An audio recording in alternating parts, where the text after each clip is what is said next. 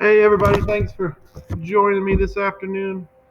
Coming into the kind of final stages of the Cube project. We're into the fun point now, which is kind of painting and doing our designs. If you don't have paint available to you or can't get to the school to get some from Mr. P, we can just do this with colored pencil. In those cases, though, we would probably want to do that before we have the box folded up, because this doesn't have much strength to it at this point, so trying to draw on it would not work. Uh, so my intent, what we're kind of doing in the room, is working with some paint. So I have my palette set up here, got a couple bowls of water. This paper is kind of thin, so we're really trying to use the paint kind of drier, if that makes sense, without adding much water to it. But I do like to have a little bit of water just to help blend the colors together. And I also have kind of a second dish off camera so I can wash out my brush in between colors. I'm just working with this one kind of fine point round size 6 brush, the one I have available here.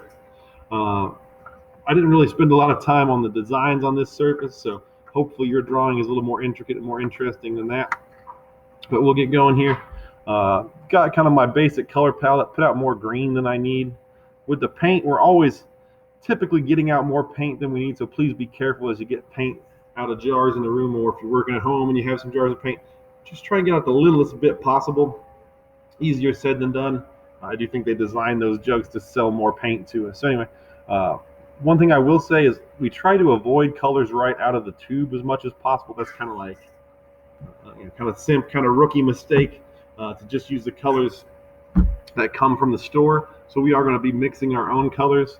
White and black are probably the most important colors for mixing, but don't underestimate the ability of mixing colors with their complementary color, the color opposite on them on the color wheel.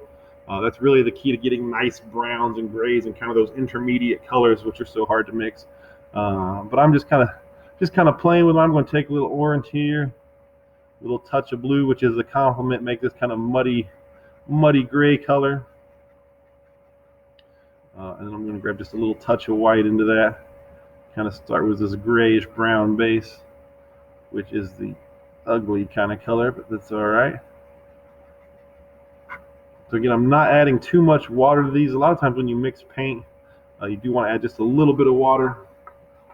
I'm also not blending that well, so I'll do have some variation. And then I'm just working, applying the paint kind of dry. I'm starting to paint in my designs.